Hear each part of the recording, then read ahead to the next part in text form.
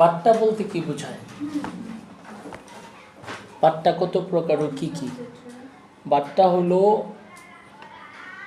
দুই প্রকার, একটা কারবারি বাট্টা, একটা নগদ বাট্টা। ক্রয় বিক্রয়ের সময় যে ছাড় দেওয়া হয় সেটাকে বলা হয় কারবারি বাট্টা, আর কারো কাছ থেকে টাকা আদান প্রদানের সময় যে ছাড় দেওয়া হয় সেটাকে বলা হয় নগদ বাট্টা। তারপর অনিশ্চিত হিসাব বলতে কি বোঝায়? অনিশ্চিত হিসাব বলতে কি বোঝায়?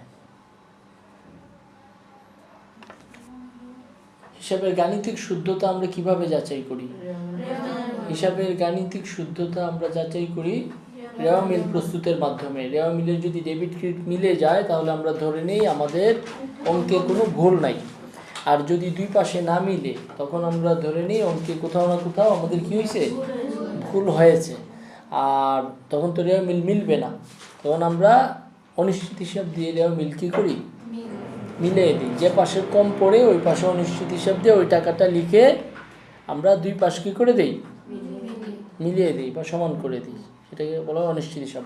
আর পরবর্তীতে ভুলটা খুঁজে বের করে আমরা অনিশ্চিত হিসাবটাকে কী করি, মানে কেটে দিই। তার মানে অনিশ্চিত হিসাবটা স্থায়ী না অস্থায়ী?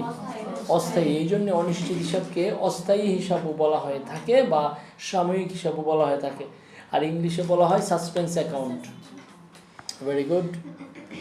তারপরে রেওয়া মিলিয়ে যে ভুলগুলো ধরা পড়ে না সেগুলোকে প্রধানত কয় ভাগে ভাগ করা হয়েছে? সেগুলোকে দুই ভাগে ভাগ করা হয়েছে। কী কী? একটা করণিক ভুল আর একটা নীতিগত ভুল। করণিক ভুল আবার কয় প্রকার? চার প্রকার।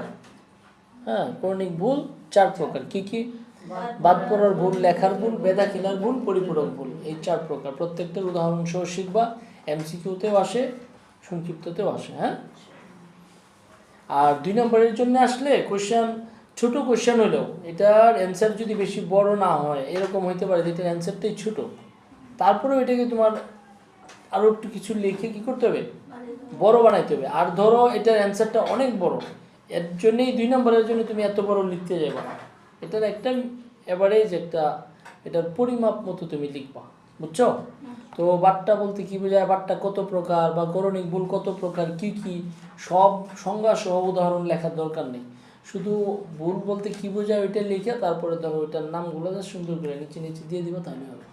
মানে তুমি লিখবা কম, দেখা যাবে বেশি, সময় বেশি নষ্ট করা যাবে না। আচ্ছা, তারপরে ভাউচার বলতে কি বোঝায়? ভাউচার কত প্রকার? 2 প্রকার, ডেবিট ভাউচার, ক্রেডিট ভাউচার। খরচ এবং ব্যয়ের জন্য বা ক্রয়ের সময় ডেবিট ভাউচার ব্যবহৃত হয়, আর বিক্রয় আর আয়ের সময় ক্রেডিট ভাউচার ব্যবহৃত হয়। ক্যাশ মেমো বলতে কি বোঝায়? নগদে ক্রয় বিক্রয়ের সময় যে দলিলটি ব্যবহৃত হয় সেটাকে বলা হয় cash memo. Cash memo, voucher, চালান সবই বিক্রেতা প্রস্তুত করে।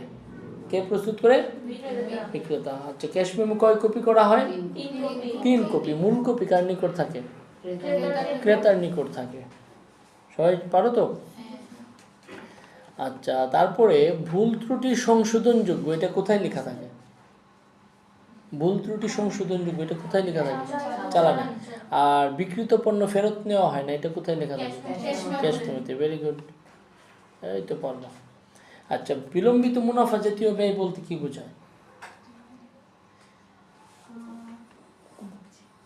কিছু মুনাফা জাতীয় ব্যয়, হ্যাঁ, কিছু লেনদেন আছে যেগুলো মুনাফা জাতীয় লেনদেন, কিন্তু মুনাফা জাতীয় লেনদেন হলেও যেগুলো থেকে কয়েক বছর সুবিধা পাওয়া যায়, এই জন্য সেগুলোকে বিলম্বিত মুনাফা জাতীয় ব্যয় বলা হয়। তো বিলম্বিত মুনাফা জাতীয় লেনদেনের 3টা উদাহরণ আছে। কয়টা?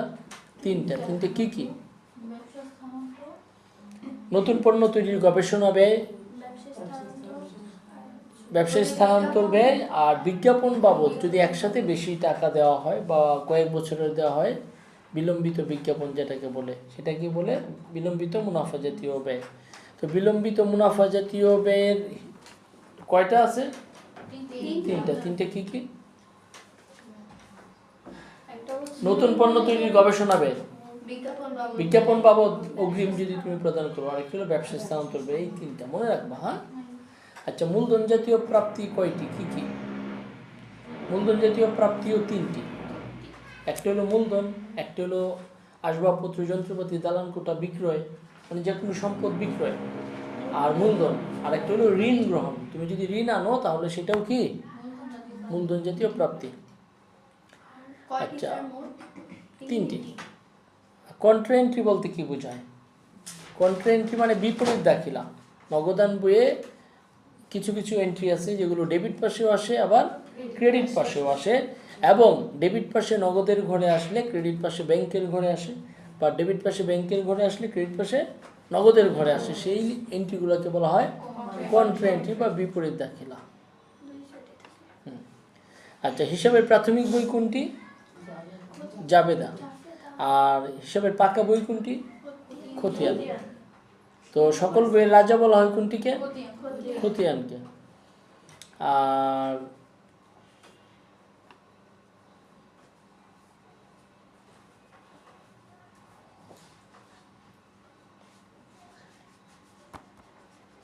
ক্যাশ মেমো বলতে কি বোঝায়? এটা তো পারবো না। ক্যাশ মেমো, আর এই ক্যাশ মেমো, চালান, ভাউচার যেটাই আসে তোমরা সবসময় কি করবা, এক লাইনের মধ্যে ওইটার বর্ণনা লিখা একটা টান দিয়ে একটা বক্স বানায়, তারপরে চালান বা ক্যাশ মেমো লিখা, মানে শর্টকাট 1 মিনিটের মধ্যে পুরো এতটা জায়গা তুমি ব্যবহার করে ফেলবা, তাহলে 2 এ 2 পেয়ে যাবে। হ্যাঁ, ওই লাইনটার জন্য 1 মার্কস পেবা, আর এই যে নমুনাটা রাখবা ওইটার জন্য আর 1 মার্কস পেয়ে যাবে। আর নমুনাটাই ডিটেলস দেওয়ার দরকার নেই, শুধু চালান লিখবা, বিবরণ, টাকা লিখবা, স্বাক্ষর দিয়ে দেবা, শেষ। ওকে, তাহলে ইনশাল্লাহ এর মধ্যে তোমরা সবসময়ই কমন পাই যাবে। আচ্ছা, তারপরে জাবেদা ও খতিয়ানের মধ্যে পার্থক্য, লেনদেনের বৈশিষ্ট্যগুলো কি কি? এখন যেগুলো বলতেছি এগুলো তো জরুরি না, কিন্তু লেখতেছি দেখি একটু বাড়ায় বুড়ায় বলতে হইতেছে আমার, না এটা শুধু যেগুলো, হ্যাঁ ভেরি গুড ভেরি গুড, বুদ্ধি আছে মেয়েটার। আচ্ছা, তারপরে আর কি আসতে পারে পরীক্ষায়? আর কি আসতে পারে? মিলে কোন কোন ভুল ধরা পড়ে না, এটা তো বলছি। আচ্ছা, তারপরে নগদান বইকে কয় ভাগে ভাগ করা হয়েছে, কি কি?